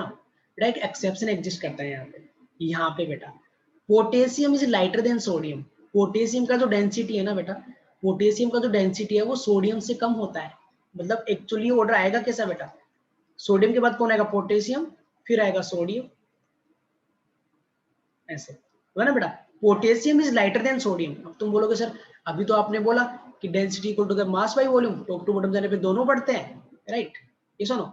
लेकिन मास के कंपैरिजन में जो वॉल्यूम के कंपैरिजन में मास ज्यादा बढ़ता है, तो डेंसिटी टॉप टू बॉटम क्या करेगा बेटा, इंक्रीज करेगा। लेकिन अभी आप ये बोल रहे हो कि सर ये जो पोटेशियम है, राइट, उसका जो डेंसिटी है वो सोडियम से क्या है बेटा, कम है ना। ये तो गलत बात हुई ना बेटा, ये तो एक्सेप्शन हो गया कि potassium is lighter than sodium, तो डेंसिटी में पोटेशियम पहले, जो सोडियम है बेटा उसका डेंसिटी ज्यादा हो जाएगा, तो पोटेशियम पहले फिर सोडियम से आएगा, तो ये वाला ऑटो होता है बेटा। तो why potassium is lighter than sodium, right. पता है बेटा क्या रीजन होता है इसका, जब तुम सोडियम से पोटेशियम जाते हो ना बेटा, तो साइज में इंक्रीज ना, जैसे तुम लिथियम से सोडियम आए, फिर सोडियम से पोटेशियम के, फिर पोटेशियम से रुबिडियम, रुबिडियम से, ऐसे हम टॉप टू बॉटम जाएंगे ना बेटा। तो जब सोडियम से अपन पोटेशियम, मतलब थर्ड पीरियड से जब फोर्थ में आते हैं ना बेटा, तो साइज में इंक्रीज हल्का सा ज्यादा होता है। वो मैं तुम्हें प्रैक्टिकल वैल्यूज से भी ऑब्जर्व करवा सकता हूँ बेटा। मैंने कुछ डेटा लिया है बट वो तुम्हें याद नहीं रखा है, नोट्स में मैंने क्लियरली मेंशन करके रखा है, नो नीड टू रिमेंबर। मैंने एक्सप्लेन करने के लिए ये चीज लिखी है। देखो बेटा, potassium is lighter than sodium due to the abnormal increment in the size of K. देख लो बेटा, अपन सोडियम से जब पोटेशियम मूव कर रहे हैं, सोडियम से जब पोटेशियम मूव कर रहे हैं, तो साइज में कुछ ज्यादा इंक्रीज आ रहा है as compare to other increases. जितना देखो तुम लिथियम से सोडियम के तब भी इतना इंक्रीज नहीं आया था, पोटेशियम से रुबिडियम के तब भी इतना इंक्रीज नहीं आया जितना इंक्रीज कहाँ पे आया बेटा, सोडियम से पोटेशियम जाने पे। मैंने इनकी एटॉमिक रेडियस लिखी है यहाँ पे, देख पा रहे हो बेटा, कि सोडियम से पोटेशियम जाते हैं ना बेटा, तो थोड़ा वॉल्यूम ज्यादा इंक्रीज होता है, ये सुनो। अच्छा, अगर वॉल्यूम ज्यादा, रेडियस ज्यादा इंक्रीज होगी, तो वॉल्यूम ज्यादा इंक्रीज हुआ तो डेंसिटी क्या रह जाएगा बेटा, थोड़ा कम रह जाएगा। तुम्हें क्या याद रखना है बेटा, कि डेंसिटी टॉप टू बॉटम बढ़ता है, but potassium is lighter than sodium due to the abnormal increment in the size, जो कि तुम प्रैक्टिकल जो एक्सपेरिमेंटल वैल्यू कैलकुलेट के लिए उनकी वैल्यू से आसानी से बता सकते हो, राइट। और ये वैल्यूज तुम्हें याद नहीं करने हैं। कोई डाउट इसमें कि पोटेशियम जो है वो कैसे, क्यों लाइट रहेगा सोडियम से, due to the normal increment in the size, ये सॉल्व नो। देखो बेटा, अपन मेटलिक बॉन्ड डिस्कस कर रहे हैं, उस मेटलिक बॉन्ड को समझने के बाद अपने को ये पता लगेगा बेटा कि जो मेटलिक बॉन्ड है ना एल्कली मेटल्स का, वो काफी वीक होता है, और उस वीक मेटलिक बॉन्ड की वजह से जो एल्कली मेटल्स हैं वो सॉफ्ट मेटल होती हैं, राइट। एल्कली मेटल का मेटलिक बॉन्ड वीक होता है, इसलिए वो सॉफ्ट मेटल होती है। तो सबसे पहले ये तो पता लगे कि यार मेटलिक बॉन्ड क्या है, फिर अपन ये समझेंगे कि एल्कली मेटल्स का जो मेटलिक बॉन्ड है वो वीक क्यों होता है, ये सुनो। चलो बेटा, सबसे पहले अपन क्या समझते हैं कि मेटलिक बॉन्ड क्या होता है। तो अगर तुमसे कोई पूछ लेना बेटा कि मेटलिक बॉन्ड क्या होता है, तो उसको सिंपलेस्ट डेफिनेशन देना बेटा तुम, metallic bond is the electrostatic force of attraction between between the delocalized electron and the positively charged ions, या फिर तुम सिंपली बोल देना मेटलिक बॉन्ड मतलब positive ions in the sea of delocalized electrons. Simple सी डेफिनेशन बोल देना बेटा, पॉजिटिव आयंस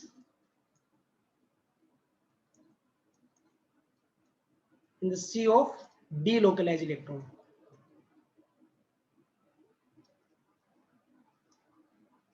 delocalized इलेक्ट्रॉन्स, ठीक है बेटा। Positive ions in the sea of delocalized electron, delocalized मतलब मूविंग इलेक्ट्रॉन्स। क्यों मेटलिक बॉन्ड का डेफिनेशन है वो अपने को समझना है। मेटल्स होती है ना, जो मेटल्स होती है उनमें एटम्स की क्लोज पैकिंग होती है, तुम्हें पता है, ये सुनो। मेटल्स में एटम की क्लोज पैकिंग होती है इस टाइप से, अगर मैं तुम्हें बना के दिखाना चाहूंगा तो। और तुम्हें पता है बेटा मेटल एटम क्या करते हैं, एक दूसरे को टच करते हैं कि नहीं करते, ये सुनो।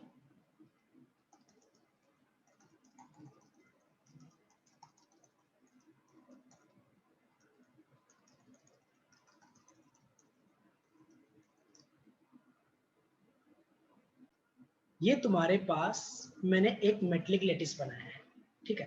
मेटल्स में एटम्स की क्लोज पैकिंग होती है, राइट। मेटल एटम क्या करेंगे बेटा, एक दूसरे को टच कर रहे होते हैं ना। ये सुनो, उससे क्या होता है बेटा, ध्यान से सुनना।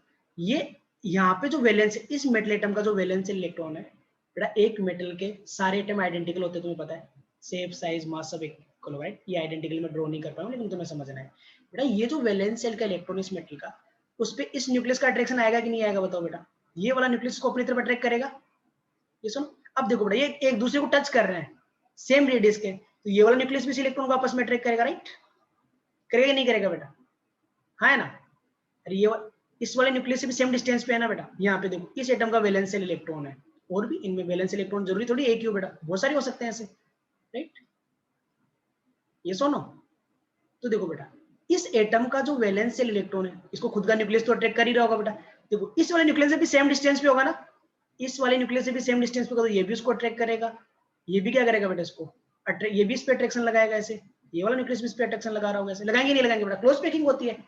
यस और नो बेटा। तुम एक बात बताओ, ये वैलेंस सेल के जो इलेक्ट्रॉन्स हैं, इन पे ये वाला भी अट्रैक्शन लगाएगा, ये साइड वाला एटम भी अट्रैक्शन लगाएगा, तो क्या ये इलेक्ट्रॉन क्लाउड ऐसा रहेगा कि इलेक्ट्रॉन क्लाउड पूरा डिस्पर्स नहीं हो जाएगा, पूरा फ्यूज नहीं हो जाएगा ये? यस और नो, फ्यूज ही नहीं बेटा, वैलेंस सेल के इलेक्ट्रॉन ही बाहर निकल जाता है, राइट बेटा। मेटल्स में इलेक्ट्रॉन की क्लोज पैकिंग होती है, मेटल्स में इलेक्ट्रॉन की क्लोज पैकिंग होती है, तो क्या होता है बेटा, जो वैलेंस इलेक्ट्रॉन पे होते हैं, उनमें जो अदर एटम्स हैं, उन वैलेंस इलेक्ट्रॉन पे क्या लगाते हैं बेटा, स्ट्रॉन्ग अट्रैक्शन।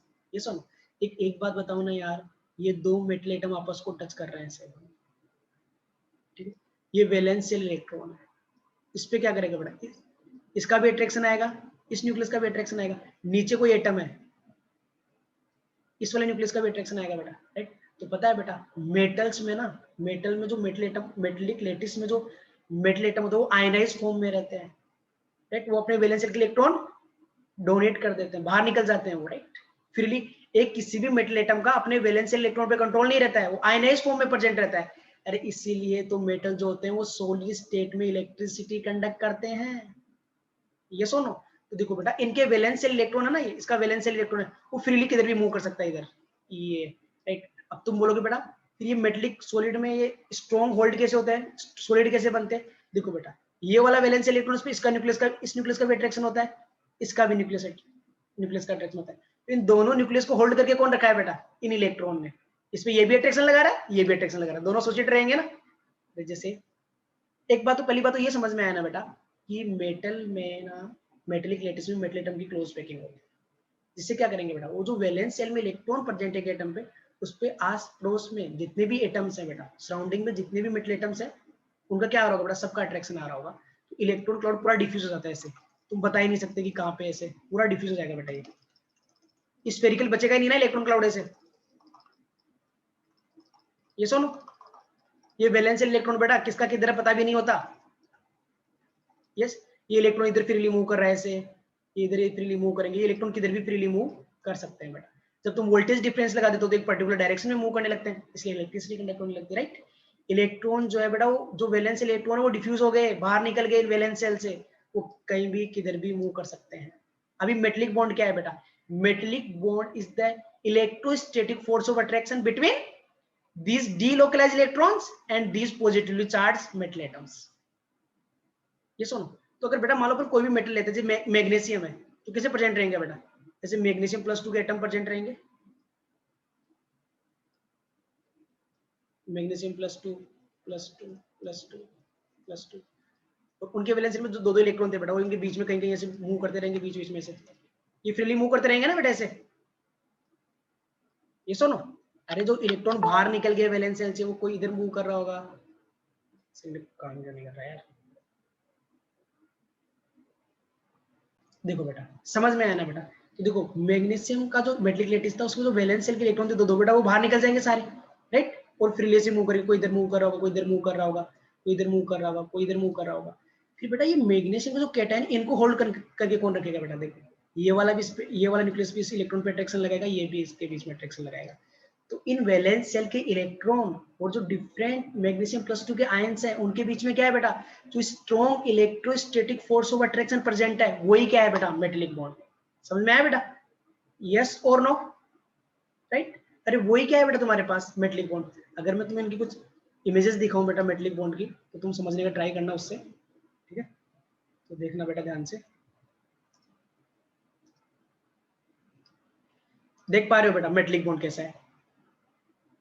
ये सुनो कि जो मेटल एटम थे वो आयनाइज हो गए, उनके वैलेंस शेल के इलेक्ट्रॉन क्या है बेटा, फ्री हो गए, वो इधर उधर कहीं भी मूव कर सकते हैं बेटा, राइट? और मेटलिक बॉन्ड क्या है बेटा, देखो ये वाला जो इलेक्ट्रॉन है इस पे ये वाला A+ आयन पे अट्रैक्शन लगेगा, इलेक्ट्रोस्टैटिक फोर्स ऑफ अट्रैक्शन, और ये वाला मेटल कैटायन भी क्या लगेगा बेटा, electrostatic force of attraction, right? ये सुनो, तो what is the metallic bond? The electrostatic force of attraction between delocalized electron या moving electron and the positive charge metal cations. तो समझ में आया बेटा मेटलिक बॉन्ड का डेफिनेशन ये क्यों था कि metallic bond electrostatic force of attraction between positively charge metal cations and delocalised electrons. Delocalised electrons होते हैं मेटलिक बॉन्ड में, जिसमें पॉजिटिव आयंस पड़े रहते हैं बेटा। ये देखो डेफिनेशन समझ में आया बेटा? देखो बेटा सोडियम में क्या है बेटा, अभी मैं तुम्हें ना मेटलिक बॉन्ड का स्ट्रेंथ निकालना सिखा रहा हूँ। सोडियम जो मेटल है बेटा उसके वैलेंस शेल में कितने इलेक्ट्रॉन है? Only 1 electron, right?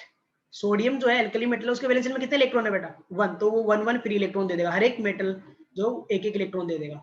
अब देखो बेटा इन दोनों न्यूक्लियस के बीच में, इन दोनों न्यूक्लियस को होल्ड करके कौन रखेगा? ये वाला न्यूक्लियस भी इस पे इलेक्ट्रोस्टैटिक फोर्स ऑफ अट्रैक्शन लगा रहा है, ये भी इसके इलेक्ट्रोस्टैटिक फोर्स ऑफ अट्रैक्शन लगा रहा है। तो इन दोनों न्यूक्लियस जो ज्वाइन हो रहे हैं इस इलेक्ट्रॉन के थ्रू ज्वाइन हो रहे हैं, वो इनके अट्रैक्शन के थ्रू। एक इलेक्ट्रॉन है, मैग्नीशियम में 2 है बेटा, और एल्यूमिनियम में 3 वैलेंशियल इलेक्ट्रॉन आएंगे। डीलोकलाइज्ड इलेक्ट्रॉन ज्यादा किसमें आएंगे बेटा? एल्यूमिनियम में। अब तुम मेरे को एक छोटा सा पॉइंट बता दो बेटा, कौन सा मेटलिक बॉन्ड स्ट्रॉन्ग होने वाला है? कौन सा मेटलिक बॉन्ड स्ट्रॉन्ग होने वाला है, सोडियम वाला या एल्यूमिनियम वाला? राइट? अरे मेटलिक बॉन्ड क्या था बेटा? Electrostatic force of attraction between the moving electrons and the positively charge metal nucleus. यहाँ पे डीलोकलाइज इलेक्ट्रॉन ज्यादा रहेंगे, जो कि कौन है? डीलोकलाइज इलेक्ट्रॉन कौन बनते हैं? वैलेंशियल इलेक्ट्रॉन। यस और नो? राइट? तो जितने ज्यादा वैलेंशियल इलेक्ट्रॉन होंगे उतने ज्यादा डीलोकलाइज इलेक्ट्रॉन होंगे, राइट? तो उतना ज्यादा स्ट्रॉन्ग क्या होगा बेटा? Metallic bond. ये सुन, अगर एक बात बताओ कि जो मेटल एटम जो है बेटा, उसका अगर एटॉमिक रेडियस ज्यादा है, मेटल का अगर रेडियस ज्यादा है बेटा, तो क्या उसका मेटलिक बॉन्ड स्ट्रॉन्ग होगा? नहीं। क्यों? क्योंकि बेटा फिर वो इन इलेक्ट्रॉन को स्ट्रॉन्गली अट्रैक्ट नहीं कर पाएगा ना, साइज अगर साइज ज्यादा हुआ बेटा, ये सुनो, तो उस पर चार्ज डेंसिटी क्या हो जाएगा बेटा? कम हो जाएगा, तो इन इलेक्ट्रॉन को वो स्ट्रॉन्गली अट्रैक्ट नहीं कर पाएगा। ये सुनो, और मेटलिक लैटिस में पैकिंग भी अच्छी नहीं होगी। अगर लार्ज साइज का मेटल एटम है तो मेटलिक लैटिस जो उस मेटल एटम की पैकिंग अच्छी नहीं होगी। अरे तुम छोटे छोटे स्फीयर की पैकिंग करो और बड़े बड़े स्फीयर की पैकिंग करो, अच्छी कौन सी रहेगी बेटा? जब तुम स्मॉल स्मॉल स्फीयर की पैकिंग कर रहे हो, क्योंकि अगर तुम लार्ज स्पेस लोगे ना बेटा तो वेकेंट स्पेस क्या रहेगा? बीच बीच में हाई रहेगा। यस और नो? मेटलिक बॉन्ड क्या होता है वो समझ में आएगा बेटा? यस और नो? मेटलिक बॉन्ड क्लियर है सबको? तो ध्यान से सुनना बेटा, मेटलिक बॉन्ड में क्या होता है कि मेटल के वैलेंस शेल में जो इलेक्ट्रॉन होता है वो फ्री हो जाते हैं, बाहर निकल जाते हैं, राइट? किसी मेटल एटम पे ना बेटा एक मेटल का जो वैलेंस इलेक्ट्रॉन होता है ना, उस पे उसी मेटल एटम का अट्रैक्शन नहीं, दूसरे मेटल एटम का भी क्या होता है बेटा? अट्रैक्शन। और कैसे? तो बेटा जो मेटल एटम है वो आयनाइज फॉर्म में प्रेजेंट होते हैं, वैलेंस इलेक्ट्रॉन तो बाहर निकल के फ्रीली मूव कर रहे होते हैं। जब तुम वोल्टेज डिफरेंस अप्लाई कर देते हो तो सारे इलेक्ट्रॉन एक पर्टिकुलर डायरेक्शन में मूव करने लगते हैं, उस डायरेक्शन में, जिस डायरेक्शन में मूव करते हैं उसके अपोजिट डायरेक्शन में इलेक्ट्रिसिटी कंडक्ट होने लगती है। Metal good conductor of electricity ना बेटा, मेटल जो होती है वो इलेक्ट्रिसिटी की अच्छी कंडक्टर होती है। समझ में आया ना बेटा? राइट? तो मैं तुम्हें समझाना चाहूंगी मेटलिक बॉन्ड क्या होता है। तुम बोलोगे कि ऐसे बहुत सारा नेगेटिव चार्ज फैला हुआ है जो कि मूव कर रहा है, उसके बीच बीच में मेटल कैटायंस पड़े हुए हैं, यही है मेटेलिक बॉन्ड ऐसे, right?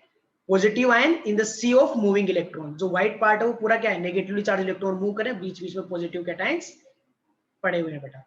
Positive ions in the sea of delocalised electrons. यहाँ पे देखो ये इलेक्ट्रॉन तुम्हारे पास मूव कर रहे हैं, कैसे मेटलिक बॉन्ड स्ट्रॉन्ग होता है बेटा? ये इलेक्ट्रोस्टैटिक फोर्स ऑफ अट्रैक्शन लगाएगा इस पे, ये ऐसे, ये सारे पे ऐसे, इस पे ऐसे, तो ऐसे इन ये जो कैटायंस है इसको इलेक्ट्रॉन के थ्रू ही होल्ड होकर रखते हैं बेटा स्ट्रॉन्ग। तो जितने ज्यादा वैलेंस, देखो अगर इनके बीच में 2 इलेक्ट्रॉन प्रेजेंट है बेटा तो ऐसा रहेगा ना बॉन्ड, ज्यादा इलेक्ट्रोस्टैटिक फोर्स ऑफ अट्रैक्शन आएगा, राइट? तो जितने ज्यादा डीलोकलाइज्ड इलेक्ट्रॉन क्रिएट होंगे मेटलिक लैटिस में, उतना ज्यादा वो स्ट्रॉन्ग मेटलिक लैटिस बनाएगा, उतना स्ट्रॉन्ग मेटलिक बॉन्ड बनाएगा। तो strength of metallic bond is directly proportional to the number of valential electron या नंबर ऑफ डीलोकलाइज्ड इलेक्ट्रॉन। वो डीलोकलाइज्ड इलेक्ट्रॉन कौन से बनते हैं बेटा? डीलोकलाइज्ड इलेक्ट्रॉन कौन से बनते हैं? वैलेंशियल इलेक्ट्रॉन। वैलेंशियल इलेक्ट्रॉन्स बनते हैं, राइट। एक बात बताओ बेटा कि मेटेलिक लेटिस जो होता है उसमें मेटल एटम प्रेजेंट होता है कि मेटल आयन प्रेजेंट होता है? एटम प्रेजेंट होता है कि आयन? आयन ना बेटा, आयनाइज हो जाएगा, वैलेंशियल इलेक्ट्रॉन बाहर निकल जाते हैं। तो metal ion in the sea of delocalised electron, यही है मेटेलिक बॉन्ड, राइट? यस और नो? अब वो मेटल एटम के जो न्यूक्लियस हैं वो कैसे होल्ड करते हैं बेटा? उनके बीच में जो वैलेंशियल इलेक्ट्रॉन जो फ्री हो गए वो प्रेजेंट है, उन पे डिफरेंट न्यूक्लियस का क्या आ रहा होगा बेटा? Electrostatic force of attraction. जो पॉजिटिवली चार्ज मेटल एटम और जो इलेक्ट्रॉन्स है ना बेटा, उनका जो इलेक्ट्रोस्टैटिक फोर्स ऑफ अट्रैक्शन है वही क्या है बेटा? Metallic bond. जितने ज्यादा डीलोकलाइज इलेक्ट्रॉन्स की रेट होंगे उतना ज्यादा उन मेटल एटम पे चार्ज आएगा, उतना स्ट्रांगली वो इलेक्ट्रॉन को अट्रैक्ट करेंगे और क्लोजली पैक होंगे, उतना अच्छा मेटेलिक बॉन्ड बनेगा। हाँ या ना? क्लियर है सबको? यस और नो? अब देखो बेटा, एल्कली मेटल्स का ना मेटेलिक बॉन्ड बहुत वीक होने वाला है। एल्कली मेटल्स का मेटेलिक बॉन्ड वीक होने वाला है क्योंकि only one electron present in the valence shell, large size, दोनों ही फैक्टर स्ट्रेंथ को फेवर नहीं करते हैं। हाँ या ना? तो इसलिए कैसी होती है बेटा? वो सॉफ्ट मेटल होती है, राइट? ये सुनो, मेटेलिक बॉन्ड तुम्हारे पास जो मेटेलिक बॉन्ड है, राइट, उसका स्ट्रेंथ डायरेक्टली प्रोपोर्शनल क्या होगा बेटा? नंबर ऑफ वैलेंस इलेक्ट्रॉन बोल दो डायरेक्टली में, राइट? और इनवर्सली प्रोपोर्शनल किसका होगा बेटा? Size of metal atom. Okay, तो एल्कली मेटल्स में मेटेलिक बॉन्ड का स्ट्रेंथ का ऑर्डर बताओ बेटा। मेटेलिक बॉन्ड की स्ट्रेंथ का ऑर्डर क्या हो जाएगा बेटा? सबसे ज्यादा किसमें बनेगा? लिथियम में, सोडियम, पोटेशियम, राइट? ये सुनो, इसका बेटा सीजियम का जो मेटेलिक बॉन्ड है ना वो तो सबसे वीक होगा ना, सबसे वीक मेटेलिक बॉन्ड होगा सीजियम का। पता है बेटा, रूम टेम्परेचर पे समर में लिक्विड रहता है ये, राइट? सीजियम का मेटेलिक बॉन्ड इतना वीक होता है, कैसा हो जाता है बेटा? लिक्विड रहता है। तो सीजियम कैसा होता है बेटा? लिक्विड होता है कि नहीं होता? ये सुनो, तो सबसे वीकेस्ट मेटेलिक बॉन्ड होता है सीजियम में, तो कैसा रहता है बेटा? लिक्विड। और बेटा जितना ज्यादा वीक मेटेलिक बॉन्ड होगा वो मेटल उतना ही सॉफ्ट होगा। तो which is the softest metal? Alkali metal में सबसे सॉफ्ट कौन है? सीजियम। लिक्विड होता है रूम टेम्परेचर पे, इससे ज्यादा सॉफ्ट क्या करोगे तुम लोग? बाकी एल्कली मेटल भी सॉफ्ट होते हैं, तुम उनको चाकू की हेल्प से आसानी से कट कर सकते हो। बाकी एल्कली मेटल भी सॉफ्ट होते हैं, उनको तुम चाकू से आसानी से कट कर सकते हो, बट ये तो कुछ ज्यादा ही सॉफ्ट है, लिक्विड स्टेट में एग्जिस्ट करता है। समझ में आया ना बेटा? क्योंकि इसका मेटेलिक बॉन्ड सबसे वीक होगा। और बेटा मेटेलिक बॉन्ड अगर वीक होगा तो सॉफ्टनेस क्या होगी? अरे सॉफ्टनेस क्या होगी? इंक्रीज। हाँ है ना? समझा कि नहीं समझा बेटा? तो ध्यान से सुनना बेटा, एल्कली मेटल्स, अगर मैं melting point and boiling point की बात करूं तो अगर एटॉमिक साइज ज्यादा हुआ तो स्ट्रेंथ ऑफ मेटेलिक बॉन्ड क्या होगी? वीक। अगर मेटेलिक बॉन्ड वीक है बेटा, मेटेलिक बॉन्ड क्या है वो समझ में आया? ओके, तो मेटेलिक बॉन्ड वीक है तो सॉफ्टनेस क्या होगी बेटा? ज्यादा, राइट? ये सुनो, और melting point and boiling point क्या होंगे बेटा? कम। अरे जितना ज्यादा मेटेलिक बॉन्ड स्ट्रॉन्ग रहेगा तुम्हारे पास, melting point and boiling point क्या रहेंगे बेटा? उतने ही हाई रहेंगे बेटा। तो बताओ क्या ऑर्डर हो जाएगा मेल्टिंग पॉइंट का? लिथियम पोटेशियम के नीचे जाने पे एटम का साइज बढ़ रहा है, चार्ज तो सब पे सेम है लेकिन एटॉमिक साइज क्या करेगा बेटा? बढ़ रहा है, तो मेटेलिक बॉन्ड क्या बनेगा? वीक। तो सबसे कम मेल्टिंग पॉइंट किसका होगा बेटा? सीजियम का। यस और no? Okay, alkali metal soft metal होती हैं, इनका वीक मेटेलिक बॉन्ड होता है। उसका लॉजिक क्या दोगे बेटा? एल्कली मेटल जो है वो वीक मेटेलिक बॉन्ड बनाती है, लॉजिक क्या दोगे? Large size and only one electron present in their valence shell. है ना? ओके, तो सबसे इंपॉर्टेंट पॉइंट है बेटा कि why alkali metals are soft. तुम क्या बोलोगे कि भाई एल्कली मेटल है, मेटल से तो मेटेलिक बॉन्ड होगा और इनका मेटेलिक बॉन्ड वीक होगा, क्यों? क्यों बेटा? Large size and only one electron present in the valence shell. कोई बता सकता है बेटा कि अल्कालाइन अर्थ मेटल का मेटेलिक बॉन्ड क्या होगा? इनसे तो अच्छा होगा क्योंकि उनका साइज भी इनसे कम है और दो इलेक्ट्रॉन प्रेजेंट है वैलेंस शेल में। डी ब्लॉक वाले मेटल ना बेटा बहुत हार्ड होते हैं, हाई डेंसिटी होता है उनका, क्यों बेटा? उनका साइज भी स्मॉल है और चार्ज देख रहे हो बेटा उनपे +7 +3 +4 ऐसा चार्ज आता है बेटा, राइट? वैलेंस शेल इलेक्ट्रॉन ज्यादा उनके अंदर। तो डी ब्लॉक वाले तो हार्ड होते हैं, ये सॉफ्ट होते हैं। समझ में आया क्यों? Large size and less number of valence shell electrons. Okay, एक तो ये वाला तरीका होता है बेटा। अगर तुम 12th का कंसेप्ट यूज करो, अगर तुम 12th का कंसेप्ट यूज करो ना बेटा, और तुम एक्सप्लेन करना चाहो कि एल्कली मेटल क्यों सॉफ्ट होती है, तो देखो बेटा, एल्कली मेटल जो होती है ना, एल्कली मेटल्स, उनमें लिथियम को छोड़ देना बेटा, लिथियम का सबसे हार्ड मेटल कौन सा होगा एल्कली मेटल में? लिथियम ही होगा ना, सबसे हार्ड लिथियम ही होने वाला है ना एल्कली मेटल्स में, और सबसे सॉफ्ट सीजियम। देखो बेटा, लिथियम में जो पैकिंग होता है ना वो HCP पैकिंग होता है, ये पैकिंग का नाम है बेटा, इसका फुल फॉर्म होता है हेक्सागोनल क्लोज पैकिंग, ठीक है। और बाकी से में कैसा होता है बेटा, बॉडी सेंटर्ड क्यूबिक पैकिंग। इसका पैकिंग एफिशिएंसी देखो बेटा कितना होता है, 68% बस, 68% पैकिंग होता है बेटा, मतलब 32% वेकेंट स्पेस होता है इनके लेटिस में। एल्कली मेटल जो लेटिस बनाती है ना, उसकी पैकिंग एफिशिएंसी कितना होती है बेटा, 68%, मतलब टोटल वॉल्यूम का सिर्फ 60% ही ऑक्यूपाई होता है, 32% तो वेकेंट ही रहता है बीच में, इसलिए भी इनको सॉफ्ट मेटल होती है। देखो बेटा, यहां से तुम्हें एल्कली मेटल सॉफ्ट मेटल होती है, उसका लॉजिक देना है weak metallic bond, right. Okay, 12th में तुम्हें ये बोलना है कि यार स्ट्रक्चर के हिसाब से बताना है तुमको कि यार ये सॉफ्ट क्यों होती है। तुम बोलोगे यार कि लिथियम सबसे हार्ड एलिमेंट होता है, पता है लिथियम में कौन सी पैकिंग होती है बेटा, हेक्सागोनल क्लोज पैकिंग, जिसकी पैकिंग एफिशिएंसी होती है बेटा 74%। कितनी? 74%। बाकी सब में कौन सी होती है बेटा, बॉडी सेंटर्ड क्यूबिक, जिनकी पैकिंग एफिशिएंसी होती है बेटा 68%। तुम्हें बोला था बेटा, लिथियम जो फर्स्ट एलिमेंट है वो बाकी सबसे कुछ ना कुछ डिसिमिलरिटी शो करेगा, एक पहले ही देख चुके हो तुम, लिथियम क्लोराइड हाइड्रेट रहता है, बाकी सारे एनहाइड्रस। दूसरा आ गया, लिथियम का पैकिंग होता है hexagonal close packing, 74% packing efficiency, सबसे हार्ड एलिमेंट। बाकी सब की क्या होगी बेटा, body centred cubic, 68% packing efficiency. ये सुनो, लेकिन ये लॉजिक कहां पे देंगे बेटा, इन 12th स्टैंडर्ड, जब अपने को ये पता हो जाएगा कि what is the hexagonal close packing, what is the body centred cubic. But पता तो होना चाहिए ना कि वहां से भी एक्सप्लेन कर सकते हैं इसको। ये सुनो, क्लियर है? एल्कली मेटल सॉफ्ट क्यों होती हैं? वीक मेटेलिक बॉन्ड होता है, सबसे सॉफ्ट मेटल, जिसका मेटेलिक बॉन्ड सबसे वीक वो सबसे सॉफ्ट, तो सीजियम सबसे सॉफ्ट हो गया, right. Melting point, boiling point का ऑर्डर आसानी से अपन निकाल सकते हैं, है ना? अरे निकाल सकते हैं ना। ओके, तो बेटा ये तुम्हारे पास नोट्स हैं एस ब्लॉक एलिमेंट्स के, जो तुम्हें मिल जाएंगे, तुम्हें इनको रीड करना है, हर एक पॉइंट रीड करना है, और तुम्हें अभी जो पढ़ा है बेटा वो सब कुछ इसमें लिखा हुआ है बेटा। ओके, ये पॉइंट पढ़ो ना बेटा, एक पॉइंट क्या लिखा हुआ है, एल्कली मेटल्स आर पैरामैग्नेटिक। सही बात है बेटा, एटॉमिक स्टेट में एल्कली मेटल पैरामैग्नेटिक होंगे। अरे वैलेंस शेल में एक इलेक्ट्रॉन है, अनपेड इलेक्ट्रॉन, राइट, पैरामैग्नेटिक होंगे। यस और नो? एल्कली मेटल्स कैसी होंगे बेटा, पैरामैग्नेटिक इन नेचर। लेकिन जैसे ही वो आयन बनाएंगे बेटा, तो Na++1 इलेक्ट्रॉन, एक इलेक्ट्रॉन दे दिया, उसके बाद octet complete, no unpaired electron, तो कैसे हो जाएंगे बेटा, डायमैग्नेटिक एंड कलरलेस। ये सुनो, अनपेड इलेक्ट्रॉन नहीं है तो कलर कहां से आएगा, double electron pair electron excite नहीं हो सकता। तो एल्कली मेटल जो होती हैं वो एटॉमिक स्टेट या एलिमेंटल स्टेट में उनके वैलेंस शेल में सिंगल इलेक्ट्रॉन प्रेजेंट होता है, तो पैरामैग्नेटिक होती हैं, लेकिन आयनिक फॉर्म में वो कलरलेस होंगे।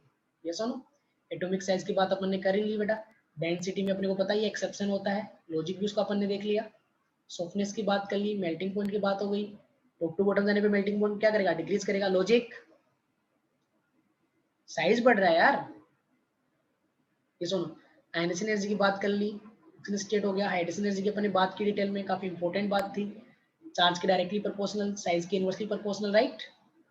लिथियम का हाइड्रोजन एनर्जी क्या होगा बेटा, मैक्सिमम, इसलिए लिथियम के सोल्ट कैसे रहते हैं बेटा, इन the hydrate form. Okay, yes और नो? ओके, अब ये देख लो, तुम्हारे पास हाइड्रोजन एनर्जी का ऑर्डर, आयनिक मोबिलिटी हाइड्रोजन एनर्जी के इनवर्सली प्रोपोर्शनल रहेगी। ओके, रिड्यूसिंग कैरेक्टर बेटा, तो रिड्यूसिंग नेचर की बात करें तो लिथियम क्या रहेगा बेटा, लिथियम का रिड्यूसिंग कैरेक्टर सबसे ज्यादा होगा, क्योंकि due to high hydrogen energy. Yes और नो? अरे नंबर 1 पे सीजियम माना जाए ना रिड्यूसिंग नेचर में, लेकिन नंबर 1 पे कौन आएगा बेटा, lithium, due to high hydrogen energy. एक पॉइंट लिखा हुआ है बेटा यहाँ पे देखो, कि सिर्फ लिथियम क्लोराइड जो है वो हाइड्रेट फॉर्म में रहते हैं, कि सिर्फ लिथियम वाटर एब्जॉर्ब करता है, राइट। लिथियम क्या करेगा बेटा, वो मतलब कि एटमॉस्फेयर से वाटर को एब्जॉर्ब करेगा।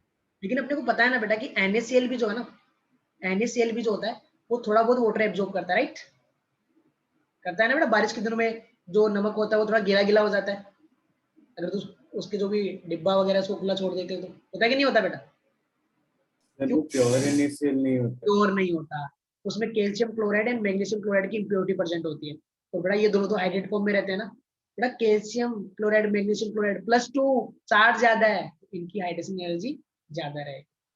यार एल्कालाइन अर्थ मेटल जो है उनपे +2 चार्ज होता है, एल्कली पे +1 होता है, इनका साइज भी छोटा है, चार्ज भी ज्यादा है, इनकी हाइड्रोजन एनर्जी तो ऑब्वियसली ज्यादा होगी।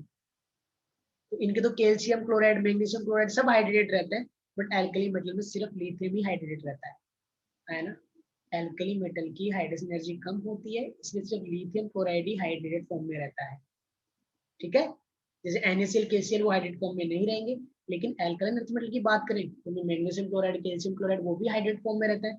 लॉजिक भाई, उनकी तो हाइड्रोजन एनर्जी ज्यादा है ना, +2 चार्ज है उनपे, साइज कम है, हाँ है ना, राइट। बेटा आज अपन ने एल्कली मेटल्स की कुछ फिजिकल प्रॉपर्टीज की बात की, क्या तुम्हें समझ आई बेटा ये प्रॉपर्टीज? यस और नो? ठीक है, नेक्स्ट क्लास में अपन फ्लेम टेस्ट इनकी केमिकल प्रॉपर्टीज की बातें करेंगे।